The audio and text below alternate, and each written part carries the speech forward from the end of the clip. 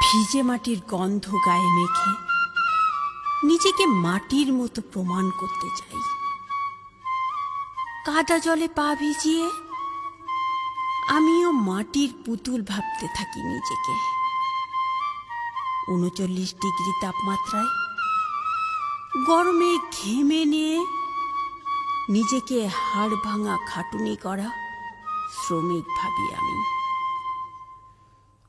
গরম বাতাস আর রোদের তাপের পোড়া অনুভূতিতে নিজেকে কামারের হাপড় থেকে বের হওয়া উত্তপ্ত গলিত লোহার টুকরা ভাবি আমি। ধান কেটে মাড়াই করা কৃষকের পাশ দিয়ে হেঁটে যেতে কাঁচা ধানের গন্ধে নিজেকে দিনান্ত মাঠে কাজ করা কৃষক ভাবি আমি।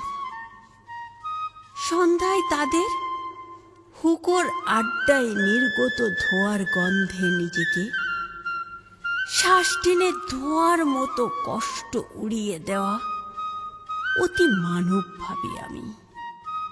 মাঠের পাশে খেলা করা ছেলে মেয়েদের কলকাকলিতে নিজেকে ধুলোয় জড়ানো দুরন্ত শৈশবের গ্রাম্য কিশোর ভাবি আমি। হেমন্তের সন্ধ্যা রাতে নতুন চালের আটায় তৈরি পিঠার গন্ধে নিজেকে উত্তপ্ত উনুনের পাশে বসা হাসিমাখা তপ্ত ঘরমাক্ত কৃষক বধূ ভাবি আমি। শীতের রাতে পথের পাশে চুবুথুবু বৃদ্ধের পাশ দিয়ে যেতে যেতে নিজেকে কনকনে শীতে কাতর অসহায় ভাবি আমি। খড়কুটোয় আগুন জেলে উত্তাপ পোহানো মানুষদের পাশ কাটিয়ে যেতে যেতে নিজেকে আগুনের তাপে পোড়া নিঃস্ব অসহায় ভাবি আমি।